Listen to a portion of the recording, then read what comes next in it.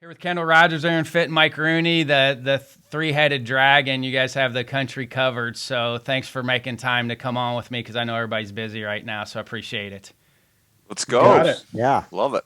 Hey, when you guys started a long time ago, did you ever think we'd be on a podcast in 2022 talking about college baseball? Yeah, I mean, I did, but I'll say this. I think that the level of interest in college baseball from just a podcast standpoint is kind of interesting.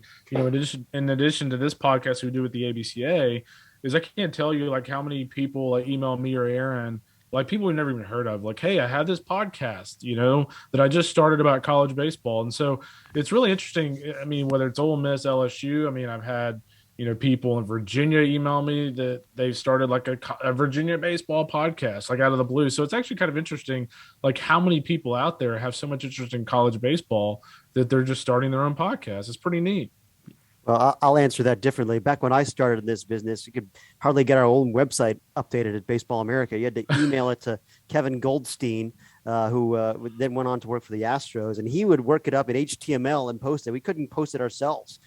So no, the idea of having a podcast on video with four people scattered around the country, no, that would not have entered my mind. KG is an editor? Yeah, he was a web guy. Wow. He was a web guy. And Runes, you and I were awesome. coaching. I mean, when all this got going, you and I were still dabbling in the coaching circle. I mean, think about it, RB. Like when I was at Arizona State, once a year we'd be on TV playing Arizona, and it's like you couldn't even eat the day before, you were so nervous, right? Like, and now these guys are on TV. Like I think about Dansby Swanson. You know, like Dansby was like he was like a Hollywood superstar before he even got the pro ball. And it's I always think of it this way. My first year at ESPN was 2009. And back then you felt like the folks at ESPN were so busy that they started thinking about college baseball 20 minutes before the first game went on air. No, and that doesn't include Omaha, right? Omaha has always been a big deal at ESPN. I'm talking about the regular season. And then you fast forward the last couple of years before the pandemic, and we're getting to do the big seminar in Charlotte like football and basketball does. I'll never forget when the SEC network first kicked off. They had a production meeting before a show. And, 10 years ago, the production meetings before a college baseball show were you bump into somebody in the kitchen. But this was like 28 people in a room talking about this 30-minute show we're about to do. You're thinking, gosh, dang, like, I don't want to say we've arrived, but we've got the car out of neutral. That's well, for sure. And you never know what happens with a lockout. We might be the only show in town for a while if they don't get things together with MLB. Yeah. So it might be the only show in town for a while. Yeah, it's interesting. I was just talking to somebody yesterday about it who works pretty high up in an organization, and they actually thought the MLB would find a way to play on time. I think that's rather ambitious. I think it's not going to be on time, but there are differing opinions. But hey, RB, I was going to ask you. So I don't know about you, but if you go Google your name back from your coaching days, like what's the best picture that comes up? They're Because awful. I will say this: there is a guy on this call that if you Google his name, the only picture that shows up of him as a coach is him with grass stains all over his pants. Oh yeah, I with gotta do cleats that right on. now. The grass stains. I The still get Western killed Illinois about that. ones are awful, Awesome. awful pictures of me. Tim Cordell, he's an umpire, Division I guy. He came and spoke for the youth and the travel during the convention, and he threw that picture of me up at Western, and I was like mortified. I was like, I was run through the ringer at that point. That's I'm like, awesome. that's an awful picture of me. Terrible. And kind of riding the COVID wave here with the rosters, which I hope this doesn't change. I think it's changed college baseball from every level. I mean, you guys diving into this, who has a lot back and who's trying to replace a lot? Fitzy, you want to go first? Yeah, I'll jump in. I mean, it's, obviously you look at our rankings. I mean, there's a lot of teams that have experience.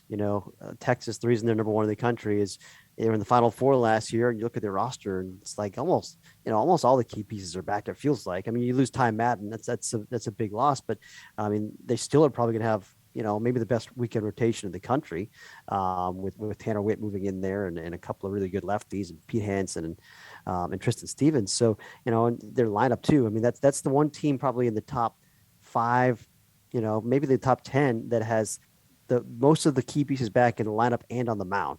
I feel like all those teams, Arkansas, Vandy, Mississippi State, Ole Miss that are after them, they're all loaded in the lineup, and they all have, some question marks on the mound because they're going to rely on some new faces to replace some big losses. And obviously, we still believe in the talent for all those teams, but there aren't a lot of teams that have both back. It feels like it seems like a lot of teams are one or the other.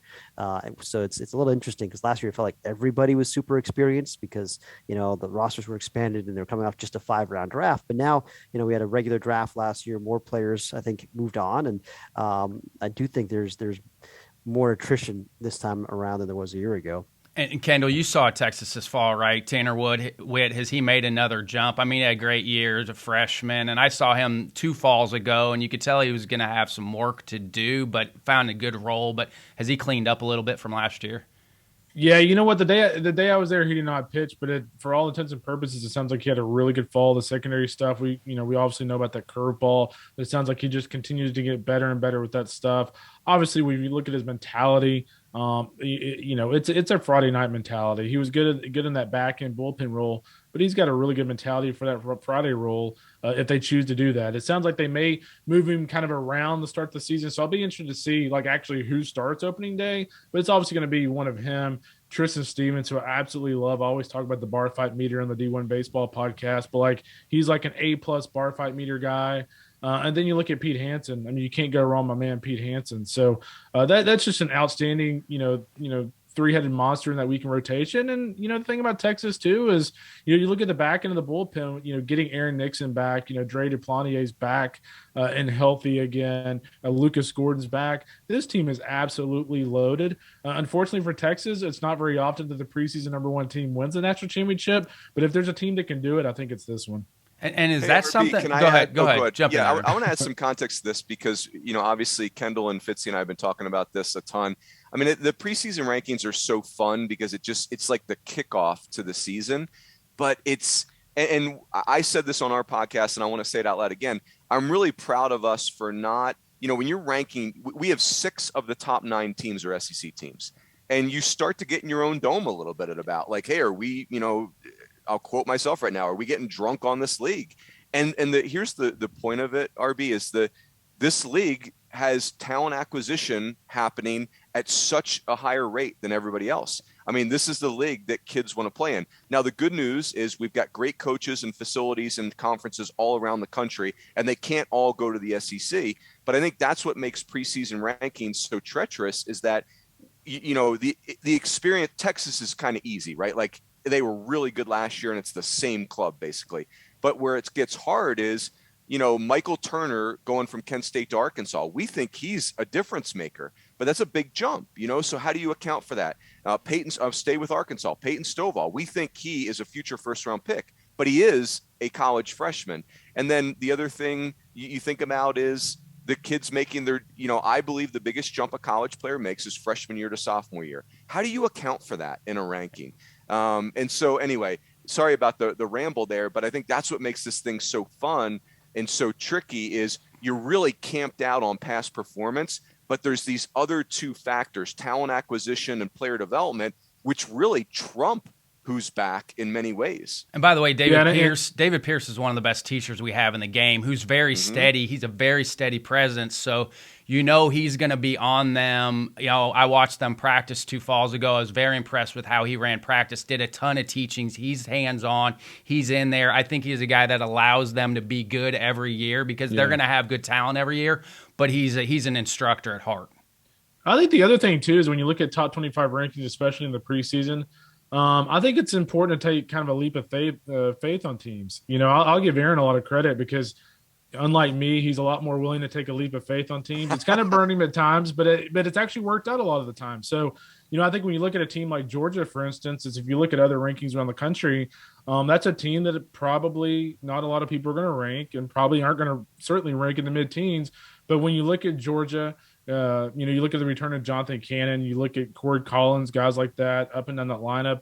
Georgia's going to be a really good team. I know Aaron liked what he saw from them. So I think the one aspect from our standpoint, too, is there are always a couple of teams a year that and I'll kind of specifically mention Aaron, will actually come out and kind of take a leap on. And I think Georgia is one of those teams. Well, and you have 8 teams that weren't ranked at the end of the year last year, and that's not you guys just plugging and playing from who finished the year well last year. That's you guys diving in, going to watch teams, and figuring out, okay, so I guarantee there's not many out there that have 8 teams in it that weren't ranked last year to finish the year. And you got to remember that last year's postseason rankings are always kind of shaped by how a team does in a regional. Like you could have a really good season and enter regionals, ranked 15th in the country, and then you go 0-2, and some 3 seed that goes in there and wins a regional jumps you in the final ranking. So it's not always a great indicator, the final rankings for how good a team was last year. But you're right. I mean, there are teams here that we're kind of we were being aggressive on, and I think that's fun, like Kendall said. And yeah, you can get burned sometimes. We won't mention the teams that burned me last year. That's well trodden ground. I don't pay attention to that. I've made so many mistakes in my life. I don't pay attention to that. I'm just glad somebody's willing to take a risk. Yeah. But I don't think 9th in the pack last year. Can I just say, yeah, but nobody saw that. I mean, they were good though. Bradley, isn't one of those teams that Aaron's mentioning like just right down the road from you? I won't say names. We're not right talking about that anymore. There's a moratorium on all podcasts. Moratorium is in place. That's right. But it's still college kids, though. It's still college kids. Right. Injuries are always going to come into play, as we're going to see here how it shakes out. There's going to be injuries with guys coming back. Yeah. And I had a MLB coordinator, mention that with the big league season, because it's different now because they're going to throw them into a 162-game schedule instead of throwing them into a 60-game schedule. And so there's going to be a lot more injuries trying to get through a 162-game on short on-ramp than it is a 60-game schedule. And at least the college teams had a year to figure it out, where maybe you, hopefully, knock on wood, you don't have as many of those issues starting the season for them. Yeah, it's interesting. I mean, when you look at college baseball this year, I mean, we talked about Arkansas, Runes brought up Stovall and guys like that, but you look at all of a sudden without Peyton Pallette, Hagen Smith is a talented freshman that's going to have to step in there and be a really good weekend starter in the SEC. You look at Vanderbilt. I mean, they have Carter Hogan as their projected number 1. So it's going to be really interesting to see if those teams in the top 5 that have those really young arms in the weekend rotations, just to see how they make that transition. Because like you said, Ryan, as well as anybody, that's not an easy transition to make, whether you're in the Summit League or the SEC. Yeah. Hey, and just to piggyback on that, RB, on Kendall's point, think about Gunnar. Gunnar Hoagland is a kid I think about a lot when we think about rankings. I mean, he got his teeth kicked in as a freshman. I mean, the ERA was well into the 5s. The shortened 2020 season, you could argue he was the best pitcher in the country. I mean, he was dominant in the 2020 season. Then he parlays that into 2021 and gets hurt, and then he's the 19th pick in the draft. But how do you account for the Gunnar Hoaglands? Like, I think about Jackson Fristow of Mississippi State. Like, he was good enough for them to think he should be a weekend starter as a true freshman. But he, by the end of the year, you could see that season had just worn that kid down. But he's still really gifted. So I don't know, that's what makes it fun, is you just don't know what the 20-year-old version of that kid's going to look like compared to what the 19-year-old version did. And this is the golden era of coaching. You look down the laundry list. You name one Division I team and their coach, you're not going to say, well, that's a bad coach. Not one. There's not one. And it's every level of college baseball now. Everybody has good coaches, and that plays too. But it's almost like everybody's coming in with loaded guns with their coaching staffs now too. It's a great point. And yeah, it's amazing how healthy the game is. And, a lot of the pro teams now are trying to poach the good college coaches, but it's also working the other way. I mean, you look at a guy like Danny Burrell at Georgia Tech, who left a good job with the Yankees. I mean, there's a lot of those kinds of stories too. So I think that two-way transfer of talent now, it's in the coaching ranks, it's become more comparable to football and basketball, the way you see coaches kind of go back and forth between the top levels. And I don't think we've had a college coach go on to be a manager in the major leagues, but we've had him go be pitching coaches. That's now become a thing. And David Macias just got the first base coach's job with the Padres, and he was he was the 4th coach at Vandy for a long time, and was at East Carolina for a fall, and just went to the big leagues with the Padres. It's crazy. Hey, Kai Correa is the bench coach in the big leagues, for God's sakes. I mean, he was coaching in Northern Colorado, and we all knew how gifted a coach he was, but the guy's kind of honing his craft in the WAC, and next thing you know, he's the right-hand man in the big leagues of a team that,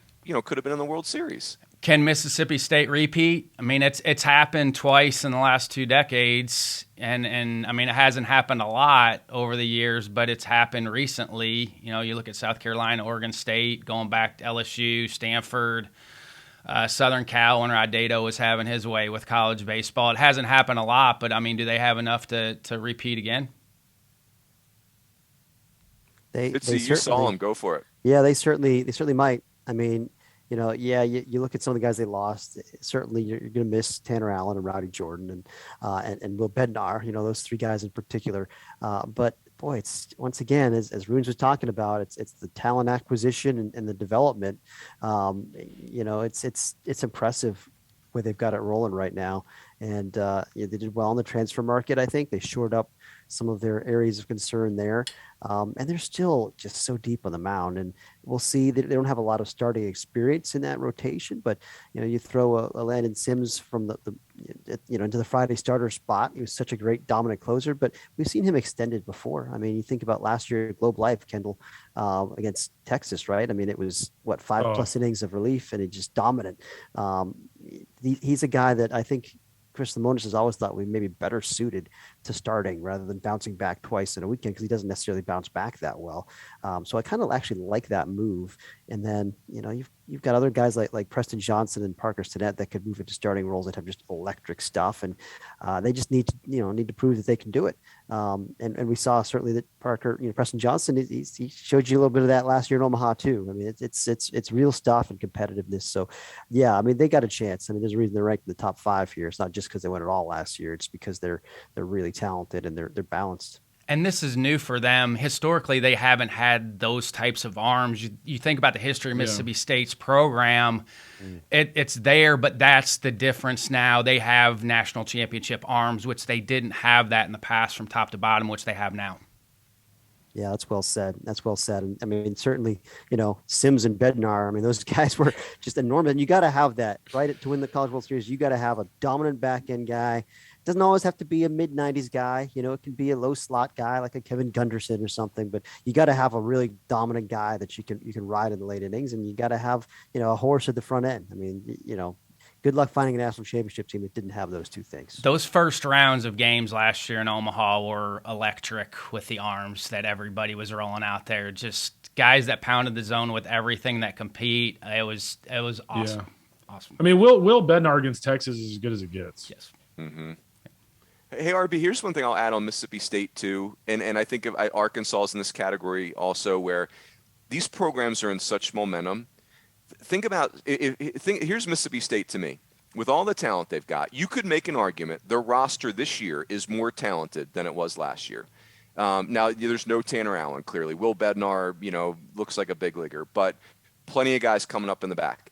But who's going to beat Mississippi State in a super regional in Starkville? I would like to meet that team. Like Stanford. Although Notre Dame almost did it last year.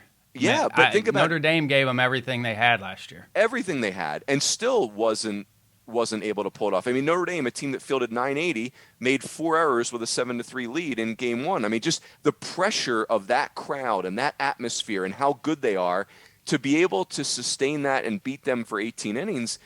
I mean, it's almost like you're playing 2 teams as opposed to 1. And so I think these fan bases in the SEC have become a real factor in a lot of different ways. Mike Messina, that's who Bednar reminded me of a little bit. That's who I comped on Bednar was Messina. That's what he looked like to me when he pitched.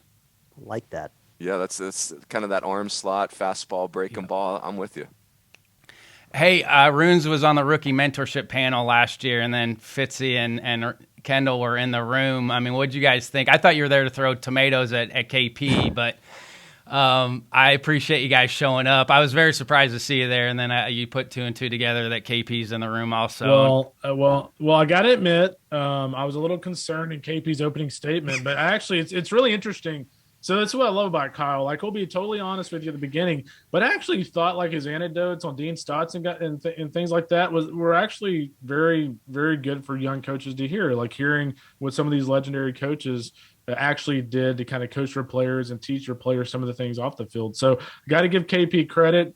little bit of a rough start, but a really smooth landing. He was like, "Why am I up here?" I'm like, "One, you owe me because I had to catch pens for you in the Cape." But I'm like, Nice. "You're going to be able to bring a different side of this because you've been around really good coaches and you call so many games that you see what good coaches do, and you run a successful business." I'm like, "You mark all this off, and that's what I want that room to see. That besides coaching, there are avenues in the game to have impact on the game of baseball, even if coaching may or may not work out for you. So you need to get the coaching side, but then there's all kinds of other ways that you can go in the baseball industry."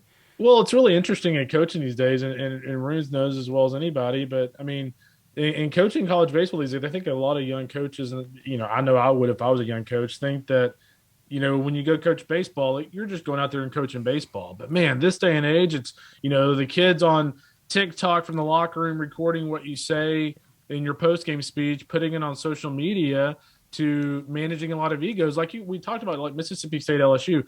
Like, can you imagine like being Kevin O'Sullivan at Florida with all their supremely talented players and trying to manage all of those people?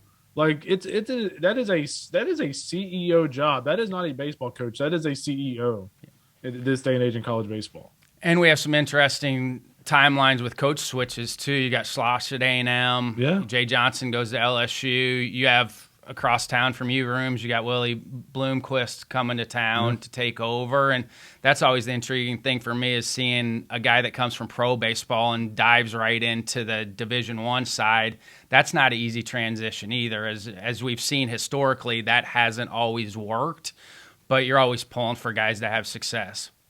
Yeah, I think Kendall and Fitzy have heard me talk about this till I'm blue in the face, but Willie is a very controversial hire. I mean, you can make an argument Chip Hale is a very controversial hire at Arizona. I mean, think about it. These two programs have 9 national championships between them, and they, I'll just call a fish a fish. They couldn't afford to hire an experienced college baseball coach. They went to pro ball because they got a discount. Now, again, Willie and Chip are fantastic, but Chip's probably making a third of what Jay Johnson's making at LSU. I mean, it is what it is. But that said, Chip Hale has been a big league manager, right? There's only 30 of those jobs. That's incredibly impressive. He's got a lot to work with. I think about Willie. The thing I'm excited about with Willie is he's not just a 14-year big leaguer, which is an incredible accomplishment. 3 dentists in his family. His brother runs a successful business. Like, Willie comes from a family of winners in the business sector. And here's the truth, guys. He's going to need every bit of that to be successful at Arizona State. Because to your point, RB, Willie being a 14-year big leaguer moves the needle maybe 2%. Kids don't care about it as much anymore. They just don't. Look at what's going on with the NIL stuff in football now. Like, kids don't care as much about that anymore. But you want everybody to have success. But just kids... I have kids that age. They don't really care if somebody played in the big leagues or not. They don't. Yeah. Agreed. All right, I'm going to put you all of you on the spot. We'll go around the horn here. So we'll start with you, Rune. So who plays for the national championship? Arkansas and Florida. Kendall. I'm gonna go with, you know what? I'm gonna stick with Texas. I live inside the state of Texas, so if I don't pick Texas, I'm going to be in big trouble with somebody. Probably my in-laws, who are all Texas fans. I'm going to go with Texas and Mississippi State. Aaron? I was all in on Arkansas, and then the Paulette injury happened. I'm still going to stay in on Arkansas. Arkansas and Oklahoma State. Love it. I love that. That's love a good it. pick. Again, this is just for fun. Anybody listening, don't hold these guys accountable for anything. We're just starting. Like, this is fun stuff. All right. 2 teams that might surprise somebody and show up at Omaha that we're not thinking of. I mean, you've had teams knocking on the door. I think everybody's pulling for East Carolina to get there. Dallas Baptist has been just a whisker away from getting there. Notre Dame had a legitimate chance of getting there. So, Runes, who are your 2 maybe on the outside looking in that might sneak in? So they're both going to be ranked teams, but ranked deep. I'm going to go Duke and Long Beach State. I'm glad you threw Long Beach in there because I know a lot of things out of their control last year to start the season on the West Coast. So I'm glad you threw Long Beach in the top 25. They're good, man. They're good. Kendall? I'm going to go with, if you had to pick two teams outside of the top 25, I would go with La Tech as one of them. I think when you look at La Tech, I think they were battle tested last year from losing that game to was it they? I think it was NC State. Yeah, they lost to NC State in the Western Regional. I think they're battle tested because of that. They get all three of their weekend starters back, and I think that means a lot in college baseball. Certainly Conference USA, but I think it means a lot to have three seniors in your weekend rotation. Getting Taylor Young and Still Netterville back, and I'll say for me as well. They're not ranked. UCLA is one of those teams that they're so young, they're so talented. It's easy to have question marks about them. But I'll tell you what, we talked about those freshmen in the SEC earlier. If those freshmen at UCLA make that quick transition, UCLA is not just a ranked team. They're probably a top 15, top 10 team if they all kind of gel and come together. Fitzy, who you got? Well, I'm going to go with one of these programs that's been kind of a quality regional power in a mid-major conference over the last decade. They've been in regional finals. They've not been able to get over that next step. But I'm thinking of Campbell here. Campbell's, because you've got really good front-end arms that I think can match up with anybody, and Thomas Harrington, Cade Kuehler, and you've got one of the best shortstops in the country. And, if I'm a mid-major program and I've got two potential top 50 kind of arms and a top 50 shortstop, for the draft, you don't see that a whole lot. And they've got depth around those guys. So watch out for the Camels. And Southern Miss is a team that I really wanted to rank. The Conference USA is hard because those top 4 or 5 teams, Old Dominion and Charlotte also, I think were top 25 caliber clubs that, really could have been in that discussion, along with La Tech and Southern Miss. But I'm telling you, I know Southern Miss lost Walker Powell and Hunter Stanley, and those are going to be two tough pieces to replace, just like some of the other teams we've talked about that have lost their guys, like Ole Miss and Mississippi State and Vandy, all of those similar kind of losses. But I think Southern Miss has a lot of depth on the mound. I think it's the deepest pitching staff they've ever had. I think they've got plenty of candidates to slide into those roles, and it's once again an old lineup, and you always look for that. Those teams that have veterans all over the place, winning players, they got those guys. All right, back to the top. Runes, where are you going to be first weekend? In Arizona. So we have all that influx of teams. I'm actually going to see opening night Reno and Grand Canyon's got a really nice club. Both of them do. I'm going to get to see a lot of Oregon State, which is a club we're really, really excited about. We've also got Cal and TCU and Houston and San Diego State in here. So the first couple weekends in Phoenix are really cool. Yeah, Oregon State seems like that's their staple, and it coming in that every weekend. Yeah, they spend 10 days. They got a big alumni base there, right? Oh, yeah. Yeah, they do it out Surprise at the Royals Rangers complex, and they pack it out there. Yeah, it's awesome. Kendall. Yeah, I'll be at Globe Life opening weekend. You've got Oklahoma, who I didn't mention them as a potential surprise team. Oklahoma has a chance to be really good this year. Has Michigan in it as well. Kansas State, Auburn, and of course you have Texas Tech and Arizona. I'd be really interested to see Arizona. Fresh off the Jay Johnson era. How does Chip Hell's team look to start? I think Arizona could be really good. And so, yeah, that's the first weekend at Globe Life, and hopefully the weather's better. Last year, if you remember, they had to move it back a day because all the roads in Texas were frozen. Let's avoid that this time, these guys. Yeah, clean it up, Republic of Texas. Let's go, Kendall. Where there's no such thing as an ice truck in Texas, like the little trucks that go dump the salt on the overpasses. It's like they have to call in those trucks from out of state whenever we have ice here. So, Aaron, who you got first weekend? I am most likely going to be in Nashville for the top 10 showdown between Oklahoma State and Vanderbilt. But still considering going to Starkville, see the reigning champs take on Long Beach State, another top 25 matchup. So, but one of those two places. I don't have to leave the state that week. I'm going to NC State and Evansville play, so I do want to see NC State again, see what they got, but then see the Purple Aces. And there's a bunch of tournaments going on at Cary. There's just a lot going on. Wake's close. It's a neat area to be because you can see a lot of teams early. It's fun. And Chase DeLauder at JMU. He's stuffed up the draft boards right now. And I saw him as a freshman pre-COVID at NC State. He pitched that Sunday and was okay, but you could tell there was something in there. They've had a history of really good West Virginia players at James Madison because it's close. So it looks like his metrics are off the charts. Can do a lot of different things. Well, he's a special talent. And I think he could be one of the best two-way players in the country if they wanted him to be. But he's just so good with the bat. Boy, it's real power. Yeah. Runes, what have you learned from the fourth coach chats on Sunday? Ooh, good question. I've learned that. And I hate the term volunteer. I never use it. I hate that term. I Yeah. was one. I never use it. I always say assistant coach. I think it's a slight to all coaches out there that have had to work for no money because it's full-time hours and low pay. So I never use that term. I hate the term volunteer. I hate it. Yeah. It's been a blast. I mean, these guys it just makes me feel really excited for the future of the profession and the game. I mean, these guys are so sharp, and, there's some of them are paying crazy dues, like all of us that were ever in that fourth coach position. But it's funny. Like the idea came to me and I asked Kendall and Fitzy basically, hey, do I need to go take a drug test that I'm thinking about doing this? Like, is this the dumbest idea I've ever had? And they were both emphatic, like, you should absolutely do it. And I'm so glad they coached me through that because it's been so fun. And I mean, yeah, it's just been, like I think about Drew Frederick, who you could argue is the best player in the history of Troy. Now he's at Tennessee Tech, cutting his teeth, and he's working at Chick-fil-A in the mornings. Just like stuff like that. I hate that he has to work at Chick-fil-A, but it's like the most awesome thing in the world also. And we all have stories. We've all had to do that. So cool. Cool. It stinks that it's that way, but we all have.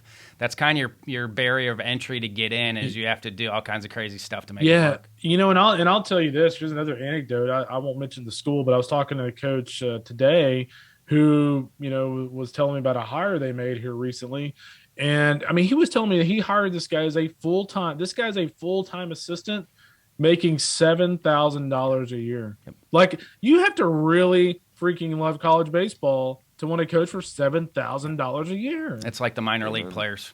I mean, it really is. Unreal. Yeah. Yep. Are you still going to do the IG Live stuff starting up? Are you going to pick that back up?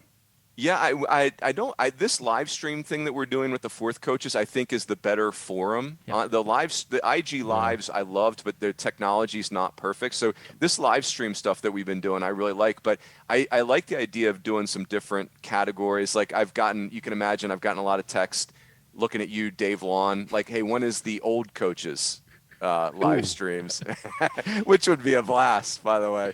I want you to do a series where you get some of these retired guys while they're still with us. Get Jim Brownlee on there. There you go. My gosh, seriously, Love that it. would be so great. But yeah, they've Him been and super Murph. fun. Get him and Murph on there together. Oh my god. Yeah, seriously. Boy. Somebody have the beep button ready. We might have to have a time delay on that one. That'll be a pay-per-view live stream. All right, anything to finish up here? Fill in the gaps on anything? No, man, I'm just excited about the season. I thought last year we had just so much drama leading up to it. Dealing with protocols and things like that. Fingers crossed that won't be an issue this year. But you got Globe Life opening weekend. You have Oklahoma State Vandy, opening weekend in Nashville. And I'm just excited about the season. I think the SEC is going to be fascinating.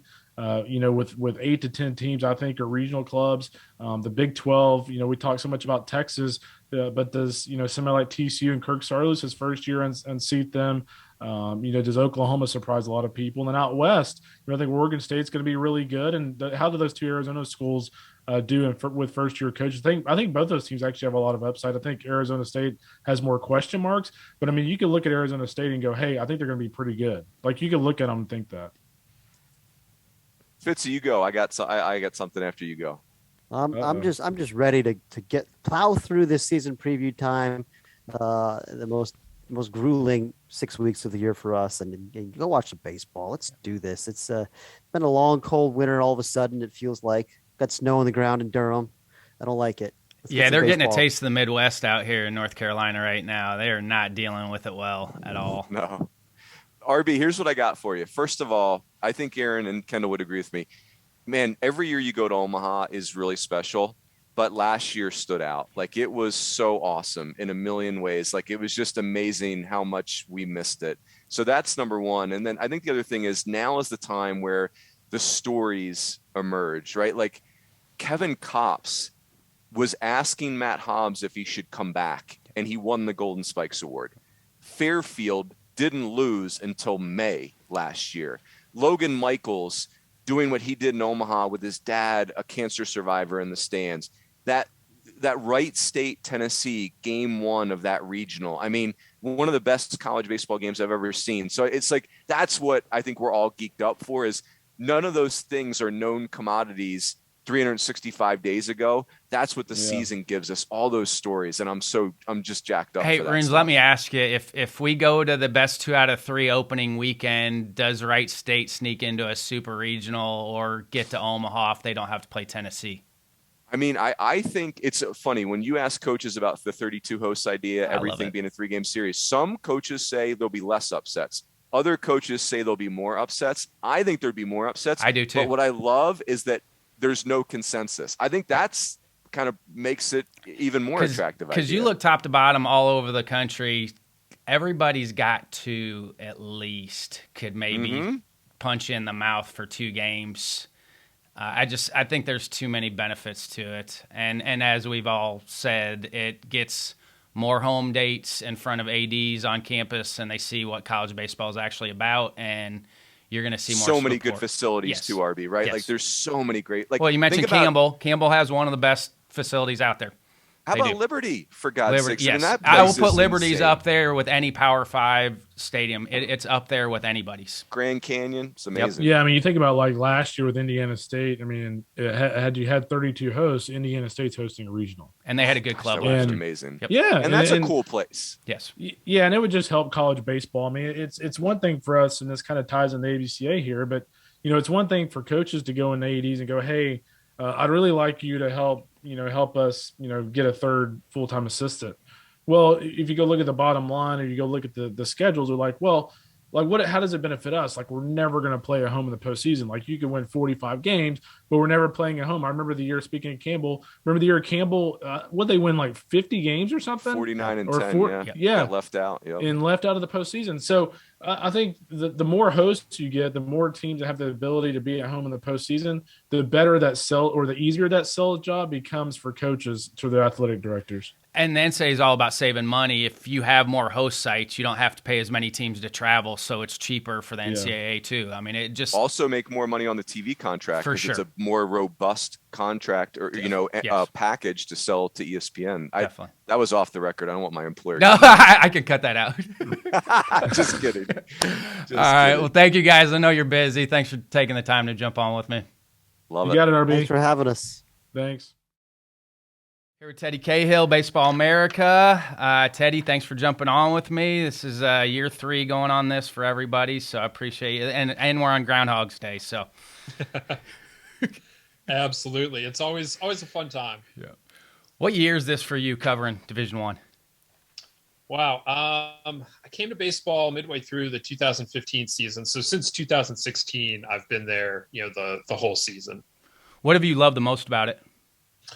It's just so much fun to be able to watch, the players develop, to watch these programs develop. You see things like, Coastal Carolina being able to win a national championship, or, a program like UC Santa Barbara stepping forward and, really growing, and, so many players like, to be able to watch the career arc of a Jake Mangum or an Adley Rutschman. Those are the kinds of things I really enjoy. Do you have a dark horse this year? Ooh, I guess Oregon is kind of my dark horse. That may not seem like a huge dark horse given that they hosted a year ago, but they have a lot of new faces there. But I like what the Ducks, I like what they've been able to do under Mark Wasikowski, and I like what they're doing this year. Well, and he's got some history there too, and I mean he's won everywhere he's been too. So I mean, it's if you're gonna pick, that's a good pick actually, really good pick. Yeah, we'll see. Last year, my dark horse was Notre Dame, so that worked out really well. We'll see how well the Ducks work out for me. And it looks like, I mean, just going through your top 5, Texas Vandy, Mississippi State, Notre Dame, Virginia, those teams all played well down the stretch, and it looks like they all have a lot back. I think Texas is probably a safe bet to start the year number 1, isn't it? Yeah. For me, Texas looks like a clear number 1. They've got what I think to be the best pitching staff in the country, the best rotation in the country. They return an awful lot of hitters as well. I think run prevention is going to be something that's something Texas has been good at for decades now. And I think this year Texas is really going to be tough to put up runs against, but I don't want to downplay their lineup. It's a good lineup as well. It's really top to bottom. I just like what the Horns have. The ballpark allows them to do that too. it's going to breed pitching and defense in the ballpark that they play in. For sure. I mean, you play with what you've got. They've got a big park. For a long time, that turf was, kind of a big advantage or a disadvantage for other teams going in. I don't know how true that is anymore now that turf has become so much more common. But, it's a big park. There's a lot of ground to cover in the alleys. Texas always seems to find a way to play fast and play to their park. And, if you look at what plays in Omaha, the same kind of stuff plays, and it's a big park in Omaha now too. Yeah, and they played really well last year in Omaha. It's, you've got some teams in too. Old Dominion, I think you're the only top 25 that has Old Dominion in, but they've got a lot back. Nebraska. I like the fact that the three guys that I've talked to all have some different teams in, which is good because it's really hard to pick the top 25 to start the year. It's almost impossible to do it. I mean, it is, especially when you get down to the back. We've got Nebraska 20th and ODU 24. And, I feel good about those teams. I think that Nebraska has a lot to be proud of a year ago and a lot still to look forward to this season. And ODU kind of in the same sense. But, let's not make out that like team number 20 is that different from team number 32 or team number 27. There's a lot of fungibility at the back end of these. And, I think those teams are good, but the separation is not huge. And that's one of the things that makes college baseball a lot of fun is that there are a lot of teams that, at the top of the sport, you can see that maybe they're separating themselves, but, down into the you don't have to get too far before teams really start bunching together and anyone can beat anyone. You think Mississippi State has a chance to repeat? I've asked this of everybody. Do you feel like they have a chance? I do. I mean, I wouldn't pick it because repeating is so difficult. It hasn't been done in a long time. And in college baseball, I guess not that long. It's been a decade. More though. Recent, Mike Rooney and Aaron and Kendall and I talked about that. It actually has happened in the last decade where you had South Carolina that did it, Oregon State did it. So, I mean, it has happened recently, but it's only happened like 6 times in the history of college baseball. So it really hasn't happened that much. Right. And, so could they do it? Yeah, for sure. I mean, I really like Landon Sims. I think he's, going to be able to slide from that stopper role to that Friday night role with, relative ease. I think they've got a deep pitching staff.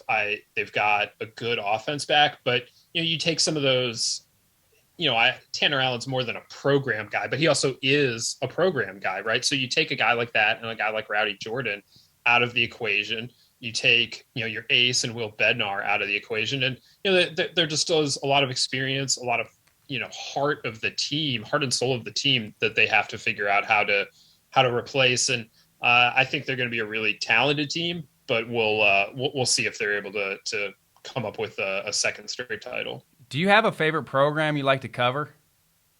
Wow, I mean, there's so many. I love watching games at Mississippi State, but there's nothing that about them as a program that makes me just say, I love that. I want to see them all the time or anything. So many of these big time programs, you're going in and you're seeing great players. And in college baseball, I find that a lot of people are very accessible. Sometimes you hear about other sports and how head coaches or assistant coaches aren't available to you. But in college baseball, I feel like everyone wants to talk about baseball, and usually that makes it a lot of fun no matter where you are. Is that your favorite ballpark? I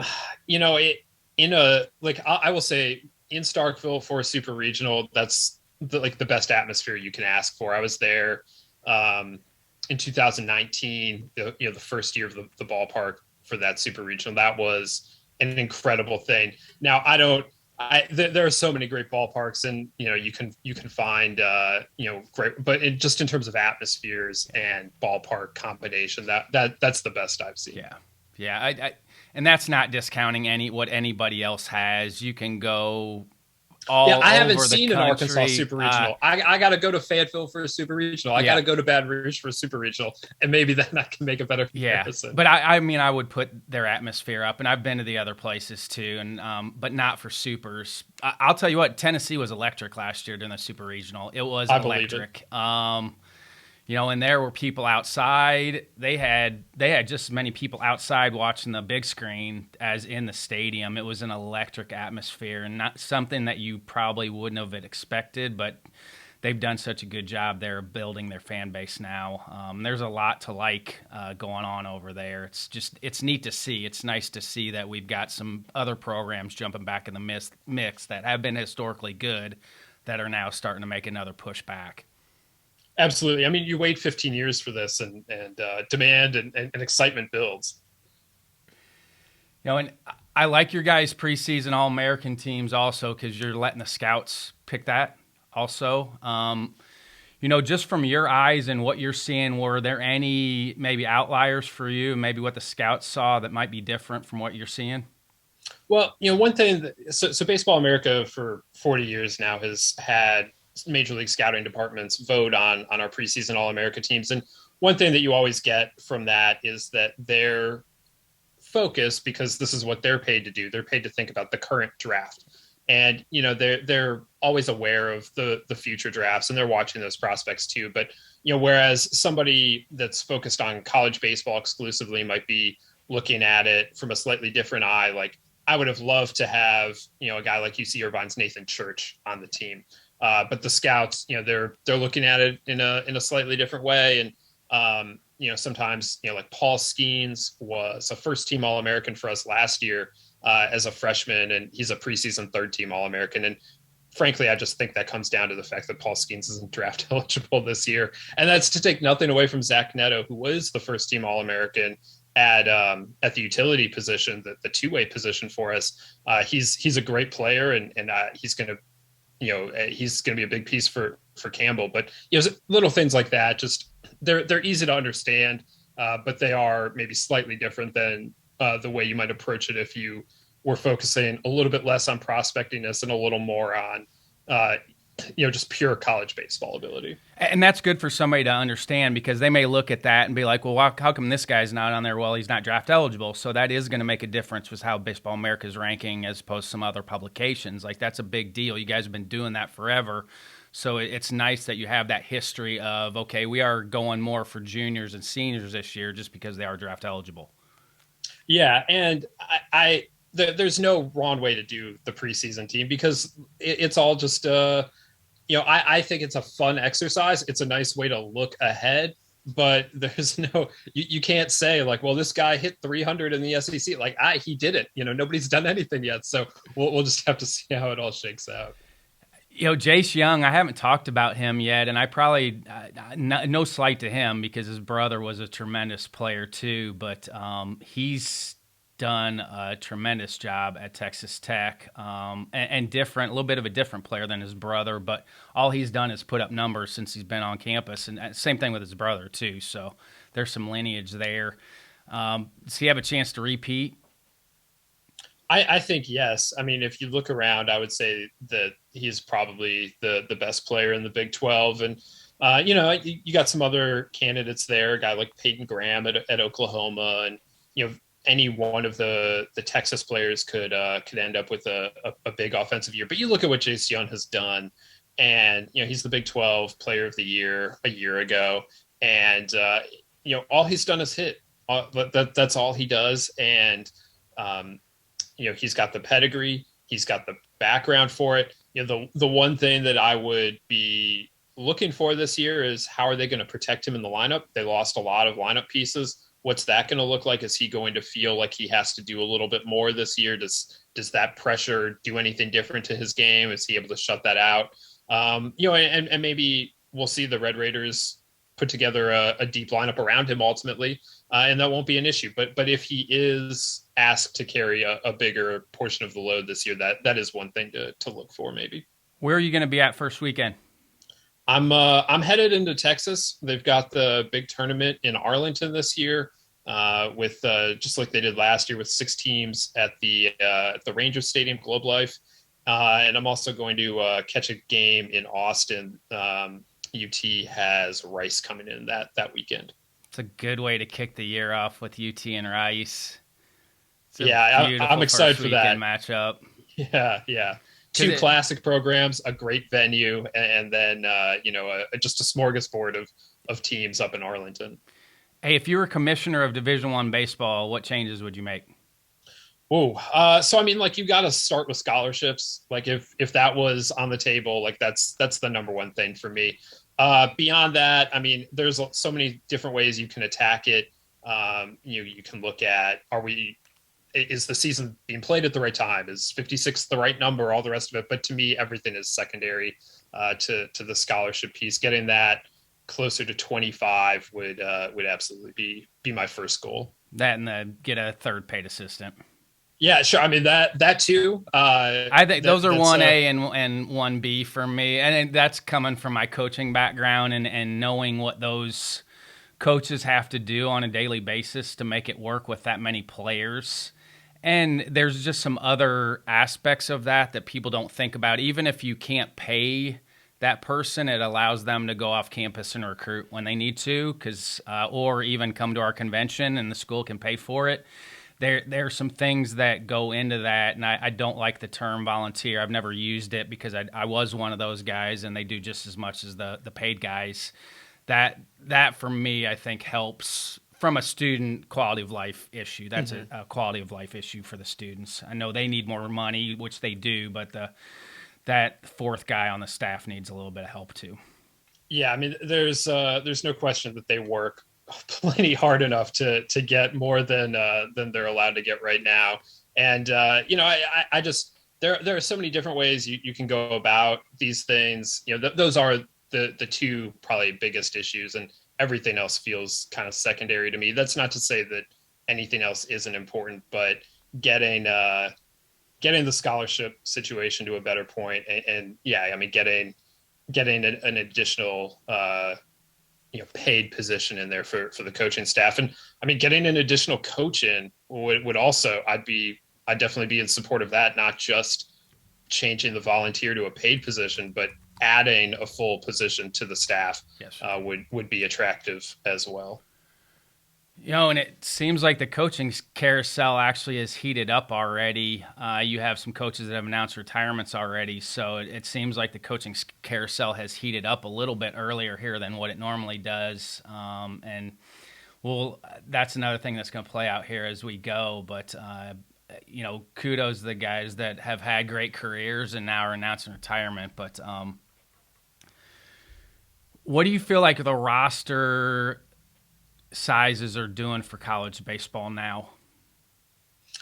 It's interesting to see, because there's some programs at this point that have just kind of gone back to 35 and aren't too worried about the overall construction that we've last year they're able to carry more players and all the rest of that.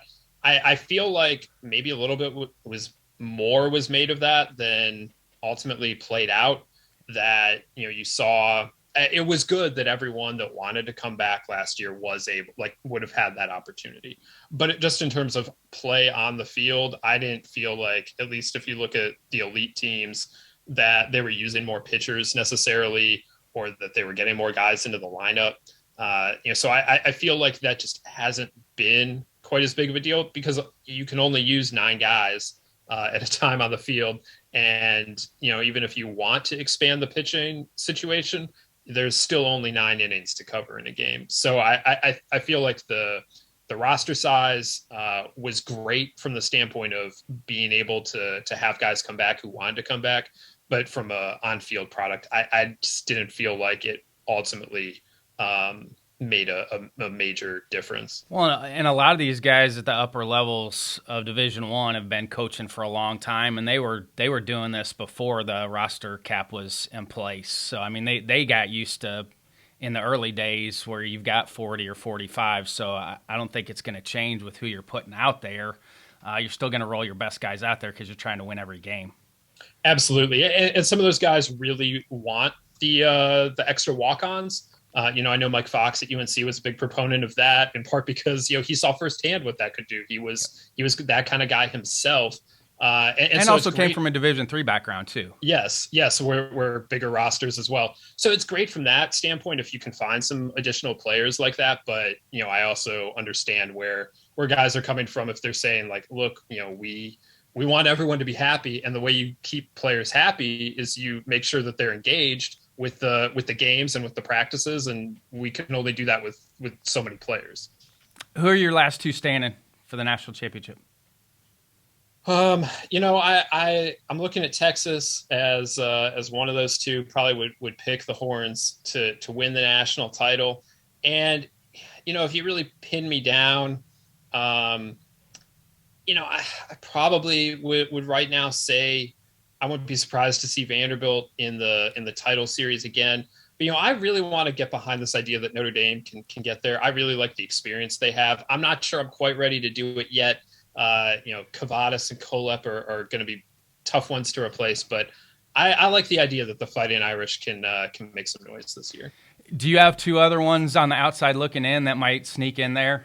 I mean, I love that about Division I baseball because you have a Coastal or an Oregon State back in the day. I mean, you've had some teams get there that nobody has expected. Do you have two that maybe on the outside looking in might be able to sneak in? I don't know if UC Irvine counts as this. They've been to Omaha before, but it's been a little while. I think that I like what the Eaters are bringing to the table this year, and nobody is going to be surprised when Dallas Baptist, nobody that's paying attention to college baseball is going to be surprised when Dallas Baptist makes the field in Omaha. I think they can do it this year. I also want to throw out Southern Miss. I'm not quite sure why I feel this way about the Golden Eagles. They went there in 2009. They've had some great teams since then. They've got some pieces to replace on the mound, but I have this gut feeling that this might be a special season. I love it.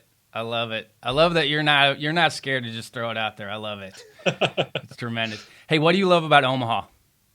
When you're talking about just the pressure that everyone is playing there, it's palpable, right? Like everyone's having a lot of fun. Everyone is having fun. The players on the field, everyone in the stands, but you also can feel like that this is something big, and that's what I like. Then the atmospheres that they play with are great, but just seeing how everyone is still having fun but attacking the biggest games of their lives. That confluence is what I like.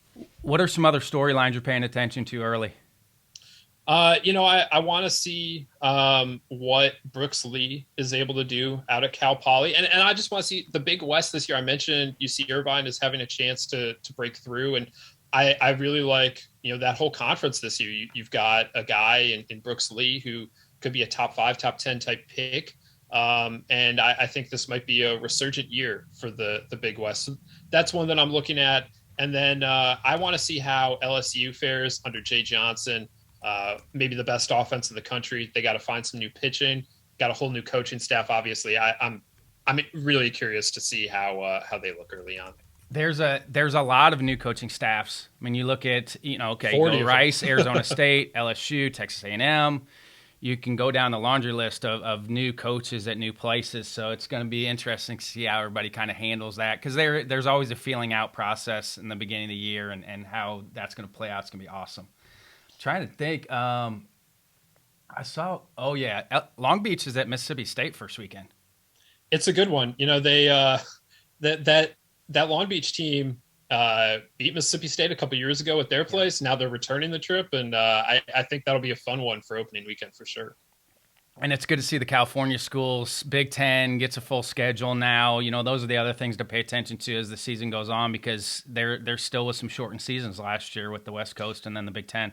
Yeah, the reason why Long Beach is doing that this year and not last year is because they didn't play a non-conference schedule last year, and so the fact that they're able to do that, and even for the California Big West schools that did, a lot of it, even the Pac-12 schools were very insular last year. They didn't get off the West Coast too much. In this year, opening weekend, like you said, Beach going to Mississippi State, and you got Irvine going to Louisiana Lafayette. There's some fun mixing going on early on, and the Big Ten too. Like you mentioned, they weren't able to do anything last year, and you got schools going all over the place this year. Michigan's going to be at that Arlington tournament, and just a lot more fun non-conference series involving all of these teams. And I'm also happy that the Ivy League is back. Last year they sat it out, and the Ivy League is coming back this year. Yeah, East Carolina's got it. The LeClaire Classic is always a good one. I just looked; they've got Indiana State, Michigan, and Maryland over there, so it's going to be a good tournament. 4 really good programs. That obviously Michigan was there a while ago. ECU is right on the cusp, has been right on the cusp of making it. So hopefully, I'm sure that Mitch Hannes does a great job at Indiana State. So it's going to be a really good tournament, also. Yeah, absolutely. It's a great. I mean, Keith LeClaire, for everyone in college baseball, I'm sure that they all know. But just what he meant to ECU as a coach, first of all, and then how he handled his illness, and the way that ECU and Cliff Godwin and Eric Bakich and his whole coaching tree have been able to keep alive his memory has been fantastic. Yeah, for anybody that doesn't know Coach LeClaire, you should really dive into him. Was an unbelievable person. Was at East Carolina when I was at JMU, and a person that I had a lot of respect for. He always did things right. They played right, and had really good teams back then at East Carolina. And of course, Cliff Godwin and Eric Bakich, and those teams were a handful. Yeah, those guys played for ECU back then, and Nick Schnabel too. Nick Schnabel did also. Yeah, that team was it's full of coaches, and I'm sure that's just a tribute to the job that Coach LeClaire was doing. Where can people find you? You can find everything over at baseballamerica.com, in the magazine if you're more into the print stuff, and I'm on Twitter at Ted Cahill.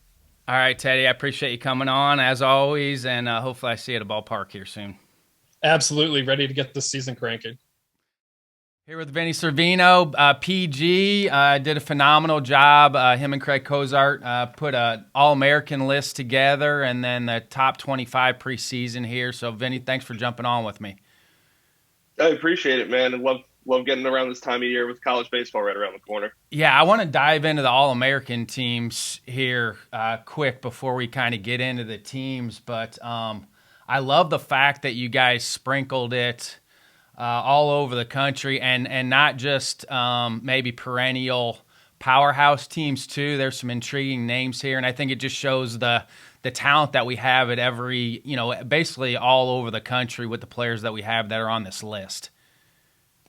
Yeah, I think there were a lot of guys who had breakout seasons, a lot of guys who really performed, and I think one of the areas that I try to do the best job I could possibly do with is making sure that the whole country is represented. Yeah. Right. We have certain people who live in certain areas, and I live in Florida, for example. So I'm always going to have, that East Coast SEC bias, as some people call it. But I want to make sure to really kind of expand and make sure I'm reaching out the coast to coast pretty much, because there's good baseball everywhere. Yeah, and I just realized there's an intriguing matchup the first weekend. You have Florida State and James Madison going at it, I think, the first weekend. So you're going to have a chance to see DeLauder against Messick that first weekend. So, I think with the MLB lockout, we're probably going to get a few more games here early. So hopefully you get a chance to see that one on TV.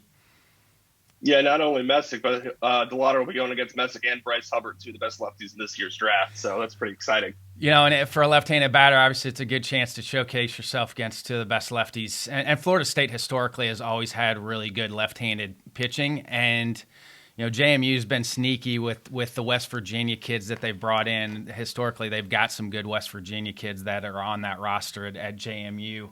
Any other guys? I saw Brock Jones at the World Series last year, Dominic Keegan, Sussick, all those guys were at the World Series last year. And it's a great time for college baseball for players. COVID helped a lot, but you do have some young guys in this mix too. It's not just all seniors or fourth or fifth year seniors. You've got some young guys on these teams too.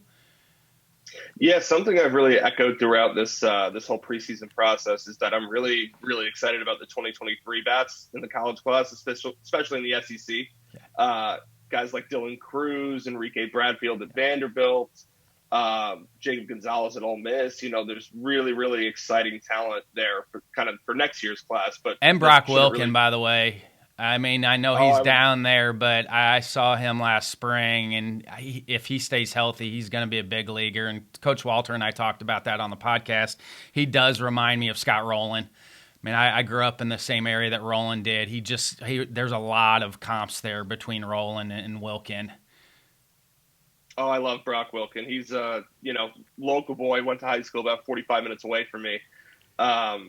but I think you'd be hard pressed to find a better a player with more that takes more consistent at bats from at bat to at bat. Like he knows the zone. He's got stupid juice. He's just he a didn't very look like a complete freshman last year. You know, when I went over there and watched, he did not look like a freshman. And obviously he backed it up this summer in the Cape too. Oh yeah, he was terrific this summer. I saw him last spring hit a ball about 400 feet opposite field in Louisville. I was like, that ball like went way out to the opposite field. So. Oh, and I can't believe Landon Sims is back. You know, and Landon Sims on Friday nights at the Dude. And it's, you know, this is a great time for college baseball. It really is. We're getting some marquee names that I think people can follow. But you look at, there's so much going on. Carson Wisenhunt is really good at East Carolina. I think people, you know, everybody focused on Williams so much last year, but didn't realize that he's so good as well. And I think he had a good summer with Team USA also. Yeah, I'll include those Sims, Wisenhunt, and then I'll throw a third name at you, and Carson Palmquist in a class that, you know, has so far from the draft perspective been a little bit criticized for not having kind of the elite top tier college pitching, especially when you have a guy like Peyton Pelleck goes down with TJ. I think those are the three guys that can really jump up, especially with Sims and Palmquist making that transition to the weekend rotation. And then I don't know anything about Air Force's guy utility. I mean, for people that probably don't follow college baseball that closely, I mean, what does he bring to the table? Paul Skeens is a super physical. He's like right-handed pitcher, 6'5", 6'6"-ish. Really good athlete in high school. He was the primary catcher over at El Toro High School. But he'll run the fastball up into the mid-upper 90s, 96, 97. And then he also hits. He hit over 400, you know, albeit in a limited role, but, you know, kind of staking his claim out to be the next kind of great college two-way player that we really haven't seen enough of in the past few years. And then you got Cam Schlitter from Northeastern. It looks like your typical maybe Northeastern projection kid coming out of high school and now has started to figure some things out. Yeah, he was really, really good in the regional last year. I had a couple scouts who I know who were there and kind of told me the stuff was really, really good. And obviously, you know, he pitched to, I think it was a 1.8 ERA last year, which is kind of insane. Him and Sebastian Keene are going to make for a very, very good Northeastern pitching staff this year. I'm partial to the Colonial since I've coached there for a little bit. And then, you know, down second team, got a bunch of kids sprinkled from all over the country as well. It's nice to see some of the old Colonial teams with Virginia Commonwealth. You got Old Dominion mixed in there too. So it's nice to see that you guys got guys from all over the country on that second team and third team also. Yeah, ODU, VCU, and then Gonzaga too were three of my favorite teams last year, and obviously they got the dudes to back it up. You know, and you talked about Dylan Cruz. It's impressive. I mean, and that's got to be hard putting those teams together because there are guys that aren't on the first team that probably could be. And so when you're having those conversations, I mean, who do you put ahead? Because, I mean, you could put anybody on the first team probably in the second or third team. So who kind of gets the nod there when you're putting those teams together? Yeah, so we do it a little bit differently too. We'll factor in kind of like prospect projection. And I'll typically lean a little bit safer with kind of the older guys, right? Like the juniors and seniors who maybe won't be back next year versus, you know, no offense to Dylan Cruz, but Dylan Cruz is here for another year. Yeah. As good as he is, and I think, you know, if he were eligible this year, he probably is the favorite to go 1-1. But, you know, he's still young, and I'm really excited to see what he does next year, man. It's going to be, I think he's got a chance to put up some stupid numbers. Yeah, so you guys got Vandy and Texas 1-2. Man, there's so much back for those top 25 teams, and that's got to be hard to rank those top 25 teams also because those teams do have a ton back and a lot of experience. You have teams that have been to Omaha and have been to Omaha multiple times. It's nice to see Texas back. They've done such a good job of getting back, and hopefully they can back it up here another year. And a lot of it is keeping guys healthy too. Yeah, no, I mentioned when we dropped our top 25 that, you know, we legitimately had discussions for the number one slot for almost every team in the top 10. Like, it was that close. There was no clear, I I'll harken back to last year. Last year was kind of Florida was almost the unanimous preseason #1 team. There really wasn't that this year. The closest I would say would probably be Texas, just because, like you mentioned, all the returnees they have. But we're obviously very high on Vanderbilt. I think that pitching staff has a chance to be really, really good. The problem is they just kind of haven't proven it yet. But Pat Riley's coming off a terrific summer. Christian Little had the best game of his life the last time he pitched, and he was also, pitching as an 18-year-old in the SEC, which isn't easy. So we obviously think those guys are going to take big steps forward. And then a couple other guys, whether it be, Maldonado, McIlvain, true freshman Carter Holton's got a chance to start right away. But I think Vandy, just in terms of talent, that was kind of separated for us. And the great thing with college baseball is if you're coming in last year, you think, okay, Arkansas, Florida, and that's why you got to play the whole season out, and that's why preseason's preseason, and you got to play the whole season out because you just never know what's going to happen to 18 to 23-year-olds with injuries, lack of performance. There's so many people following college baseball now, so you're going to be in packed stadiums and how people play throughout the year. There's pressure with the draft. There's all these things that 18 to 23-year-olds maybe haven't dealt with for the first time that they're now dealing with. And so there's going to be a lot of storylines that play out here during the year. Oh, yeah. Like you said, more so than even pro baseball. Like, there's so many factors that can affect, maybe somebody's girlfriend broke up with him the night before he started. Like, These are still 18 to 22-year-olds, like you said. So there's obviously a ton of factors that go into it. And like you said, preseason rankings are preseason rankings. This is all how it looks on paper, but you got to actually go out and play the game too. And nice you snuck Liberty in there. I mean, I think you probably had quite a few options with some really good mid-major programs that have been building for a while, and I know they played great last year, and Coach Jackson does a good job, but it's nice to see you sneak Liberty in there in the top 25 also. Yeah, we were high on Liberty last year. I think they cracked the rankings like in the middle of April and kind of didn't leave. And, I think Scott Jackson's building a really good program there. They should once again be the top team in the A-Sun, you would think. And they have legit dudes. They got a lot of guys that throw mid-90s. They got a lot of athletes. They're returning Conference Player of the Year favorite Aaron Anderson. It's a really, really good club that, I think has another shot to win the A-Sun and hopefully get a little bit better seeding this year. Are there any teams on the outside looking in that have a chance to sneak in there after the first couple weeks? Yeah, so we did our 26 through 50s, or our 26 through 40, excuse me. And it's kind of a mix of some small school favorites, so teams like UC Santa Barbara, who's in a loaded Big West. Old Dominion is there, too. They bring back a ton. They lose two of their biggest hitters, but I think the formula is there, and they got a really good system they're got going. A couple other teams like Oregon State and Georgia, some Power 5 schools. Oregon State has Cooper Herpy, who made a pretty big jump this fall and should be one of the best pitchers in the Pac-12, you would think, this year. And then a couple other teams, Gonzaga, their pitching rotation has a chance to be one of the best in the country, period, with Gabe Hughes, Tristan Vreiling, and William Kempner. And I think the Conference USA kind of conglomerate is going to be fun to watch again this year, with ODU, Southern Miss, Charlotte, Louisiana Tech, and then even FAU kind of hanging around there too. It was a lot of fun last year to see 4 teams from Conference USA get in. It's hard to keep all the conference realignment straight. I'm glad I don't have to do that anymore. Well, even I'm sitting there scrolling through Twitter today, and UIC's going to the Horizon, and now Monmouth is going to the Colonial, and it's like, oh, great, I got to update that for next year. Yeah, with the Valley, it's interesting because that happened a couple times at Western with the Summit with some teams leaving.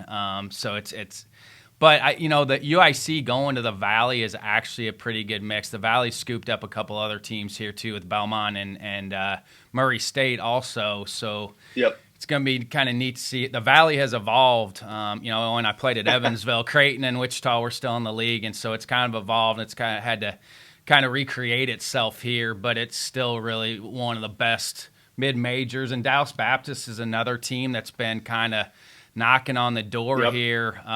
Just got beat out of the Super Regionals last year by UVA, but Dan's done such a good job at Dallas Baptist too, and that's a team that year in and year out has been historically good here since Dan's been there, and he's done a really good job of building it. But that's the unique thing with college baseball now is there's so many good coaches, there's so many good players, so there might be some teams that we're not even talking about right now that might pop here in the first month and get hot. Look at Fairfield last year. You know, nobody was talking about Fairfield coming into the year and then just caught fire and won, 18-20 in a row. So there's probably going to be a team out there that nobody's even talking about right now that's going to get hot here to start the year and have a great year. Yeah, exactly. There's so much unknown with the sport, and that's kind of what makes it fun to follow. Where are you going to be at early? So my schedule is still a little bit up in the air. I'm trying to hit an opening weekend series. If not, I'll probably just hit something local. I think Louisville's coming down to Clearwater, so that could be close for me. But I will be at Shriners this year. My first year going to Shriners, so that should be fun. And we'll have a bunch of coverage too. We're going to have 2 guys going out to Arlington for opening weekend. We're going to have another guy covering the Phoenix tournament. So it should have a ton of content coming up once the season starts. There's not as many tournaments in Florida anymore, are there? No, it's disappointing. It is disappointing. It seems like some of the Division III schools are still going down to play, but you don't see it as much. We had the Big Ten Big East Challenge when I was at Iowa. That was a really cool thing where the Big Ten and the Big East were going at each other early in the year down in Clearwater. Yeah, even as recently as a couple years ago, we have the Big Ten teams come down, whether it be, Central Florida, Tampa area. There was always something, but just a little bit more down this year than I would think. But what else are you looking forward to start the year? Vandy, Oklahoma State is going to be really fun, I think. That was a ton of fun last year. And obviously, Vandy's their number 1 team. Oklahoma State we have ranked in the top 15 as well. So that should be a pretty good matchup. And kind of also besides that, I'm excited to see kind of which pitchers stake their ground early. Yeah. Like I mentioned, college pitching is kind of wide open right now. Like we have the All-American teams and such, but it feels like there's a lot of areas for guys to make up ground, or guys like Landon Sims and Carson Palmquist who are getting that nod in the rotation to say, hey, no, like nothing's changed. We're still going to strike everybody out. So if you had to pick, right, are you picking Vandy to win it all? Oh man, that's probably the company line answer. Right? This is just for fun. I always put a disclaimer on that for anybody listening in. This is just for fun. We're not holding anybody to this because we know it probably doesn't happen. But I'll tell you, a team that I was higher on the team that I thought should be higher on our initial board is going to be Georgia Tech. I think they got a real shot. I think that offense is one of the best in the country. And I think their pitching is going to be better than people think, because I think the second-year guys like Marquise Grissom, Maxwell are going to make those jumps to be viable ACC starters. Yeah, and that's the other neat thing to pay attention to is after freshman year how guys make those adjustments, because you always see it. Freshman year is going to be a toss-up for a lot of guys, and you just never know how they're going to handle the spotlight for the first time. And usually it ends up slowing down a lot for guys sophomore year. Yeah, it's that year 2 adjustment that I really look forward to with a lot of these guys, which, the freshman that performed is always like, well, where can we go from here? Yeah. Now, when are you guys putting out your next podcast? Podcast, I'm not sure. I think we do the PG Weekly stuff every so often. And then when the season starts, I'll do the kind of like video quick hit stuff, the PG Weekly stuff. When will that start up for you? For opening weekend. Yep. We'll have after the first week of the season, we'll have a ton of coverage. Obviously, update the top 25 every week, and I'll have the breakdowns as well as what we saw as a staff. So live reports, live video, bunch of good stuff, bunch of breakdowns. So where can people follow you on social? You can find me at V Cervino PG or at PG College Ball. I'm also one of the guys who runs that. So. PG College Ball is where you're going to have a ton of the content. The articles will be posted, the scouting reports, college player reports, and then my account will probably just be more analysis of the weekend. We didn't talk about Notre Dame, but I mean they gave Mississippi State everything they could handle in the Supers last year, and could have easily got through that. I mean, you look at the teams that made it and then the teams that got beat in the Super Regionals, there were a ton of teams that could have easily flip-flopped. You talk about Mississippi State winning the national championship but almost didn't get out of the Super Regional. So Notre Dame's got quite a bit back also. Yeah, they really obviously they lose Nico Cavadas, which is he's one of the best players in Notre Dame history, so it's tough to just kind of write that off. But when you're talking about primarily they lose Cavadas and they lose Tanner Colehep starting rotation, but outside of that they return basically the entire team. You had a couple graduating seniors and that sort of stuff, but not a ton of guys that were weekend starters or full starters, and like we talked about earlier, a couple guys who I think are going to make the next jump in Jack Brannigan and Liam Simon. Two guys that have big power arms and have had very good falls and should be able to hone it kind of in. Any intriguing grad transfers? I know it's more transfer portal stuff now, but any intriguing grad transfers out there that you've heard of? Yeah, a couple interesting ones. You talk about Mississippi State. They get Jess Davis from UAB, and they get RJ Yeager from Mercer. Two guys that were on our radars as underclassmen and have really performed over the past couple of years. I think one of the biggest impact transfers could be Alex Terrell at Florida State. You talk about a ballpark built for left-handed power hitters. Terrell's going to have fun there, especially if he can limit the strikeout numbers a little bit. That's a fun place to be a left-handed hitter, is that ballpark. Yeah, that short porch, baby. There in JMU, JMU historically has had really good left-handed hitters just because it gives you a ton of confidence in that ballpark. The old one, too, and now the new one for JMU. Yeah. All right, Vinny, I appreciate you jumping on with me. Look forward to catching up with you during the year here. 100%. Thanks for having me on, man.